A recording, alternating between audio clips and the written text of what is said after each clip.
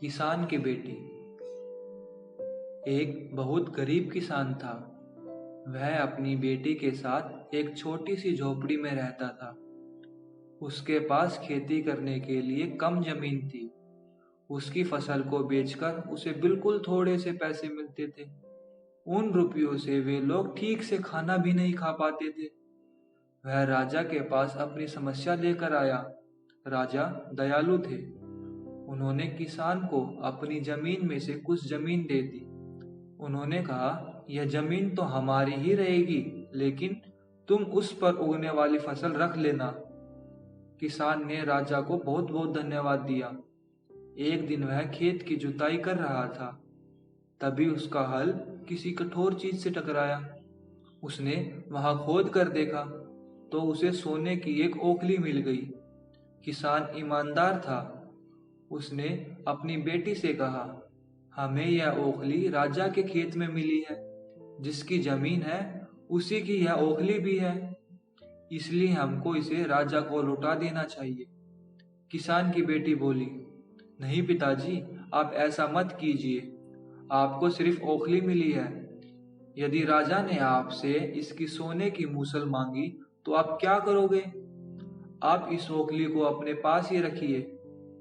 लेकिन किसान को यह बात ठीक नहीं लगी। वह बोला, जो चीज हमें मिली ही नहीं, वह मांगने का राजा को कोई अधिकार नहीं है। वह राजा के पास ओखली लेकर पहुंचा। लेकिन दरबार में ठीक वैसा ही हुआ जैसे किसान की बेटी ने सोचा था। राजा ने सोचा कि किसान ने लालचवश मूसल अपने पास रख ली है। किसान बेचारा सोने के मूसल कहां से ला कर देता। नतीजा यह हुआ कि किसान को जेल में डाल दिया गया। जेल में न उसे ढंग से खाना मिला न पानी। किसान को ऐसी गलती की सजा दी गई थी जो उसने की ही नहीं थी। वह खाए पिए बिना निठल्ला हो गया। लेटे लेटे वह रोता रहता था और कहता था, बेटी की बात मान ली होती, काश मैंने बेटी की बात मान ली होती। एक दिन राजा ने उसे ऐसा कहते हुए सुन लिया। उन्होंने किसान से पूछा कि वह ऐसा क्यों कह रहा है। तब किसान ने राजा को पूरी बात बताई। राजा को अपनी गलती का एहसास हो गया। किसान को तुरंत छोड़ दिया गया।